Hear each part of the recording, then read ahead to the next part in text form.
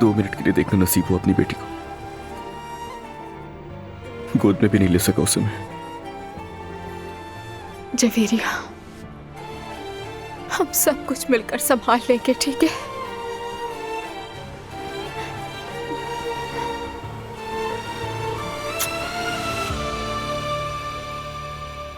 Elif, तुमने हमें पहले ये सब कुछ क्यों नहीं बताया? क्यों छुपाया हमसे? कम से कम ये बात सुनने के बाद हम इस तरह चौंकते तो नहीं ना? यार ठीक है, सही कह रही हो तुम, ठीक है, लेकिन मैंने दुआ से वादा किया था। वैसे भी वो बहुत दुखी थी। अजलान सिर्फ उसे ही नहीं, हम सबको धोखा दे रहा था, और वो सिर्फ बच्चों की खातिर उसके साथ अनजान बनकर रही। क्या गुजर रही होगी उस पर? अरे बेटा, यही तो माँ होती है।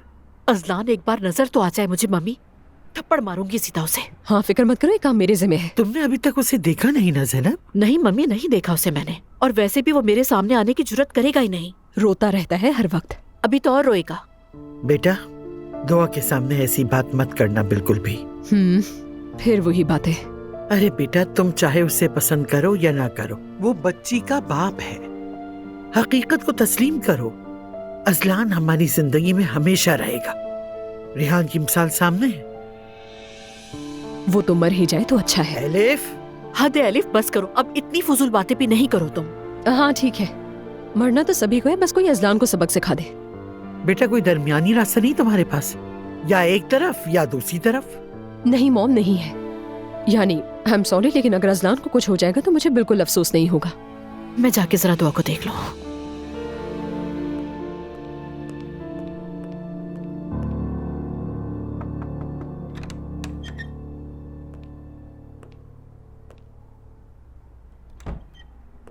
सो गई है?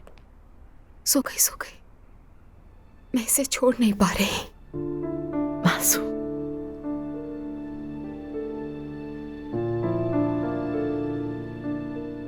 मॉम, कहो बेटा। आप ठीक कहती थी। दुआ बेटा, तुम्हें समझाने की कितनी कोशिश की, लेकिन तुम नहीं समझी। काश आपकी बात मान ली होती मैंने। बेटा, जब तुम शादी की बात करने घर आई, उस वक्त मैंने सोचा था कि कुछ हुआ होगा, लेकिन इतना कुछ ये नहीं अंदाजा था। यहाँ तक कि नानी और जिमल के साथ रास्ते में झगड़ा भी हुआ था। मैंने उन्हें कहा कि मोहब्बत एक वक्ती चीज है बस, और ये बात सुनने के बाद वो दोनों मुझसे नाराज हो गई। बिल्कुल, आपने मुझे भी समझाने की कोशिश की। तुम उस वक्त सुनने और समझने की हालत में नहीं थी दुआ, नहीं सुनती तुम मेरी। एक मिनट रुको।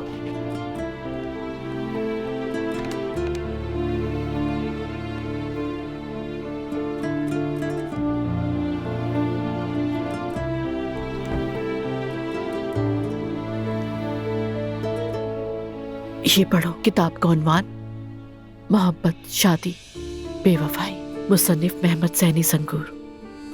शायद इसे पढ़कर फायदा हो। ठीक है, पढ़ूंगी। मॉम, बहुत शुक्रिया आपका। तुम मेरी जान हो। नूर फातिमा, क्या तुमने उस बात पर कुछ सोचा जो हमने की थी? सोचा था।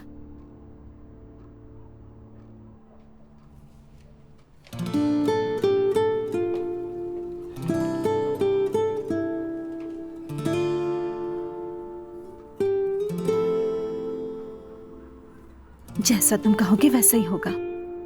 वाकई में? तुम खुश रहोगे तो हम खुश रहेंगे। तुम्हारी खुशी में मेरी खुशी है। वाह भाई, मेरी बीवी को देखो। तो फिर अब से तुम मुझे किचन अलाउंस दोगे ना? क्या किचन अलाउंस? मैं तुम्हें कैसे समझाऊं ये? शायद इसे किचन मनी भी कहते हैं।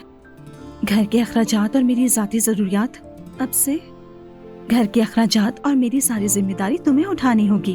अब ये कौन सी जिम्मेदारी है?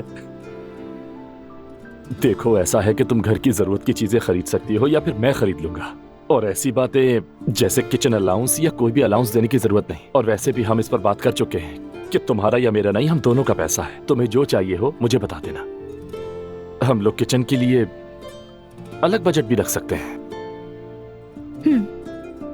ठीक है, चलो डन है।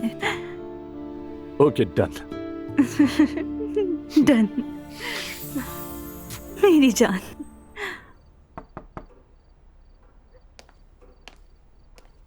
क्या हम बात कर सकते हैं बाबा? आओ बेटा बैठो।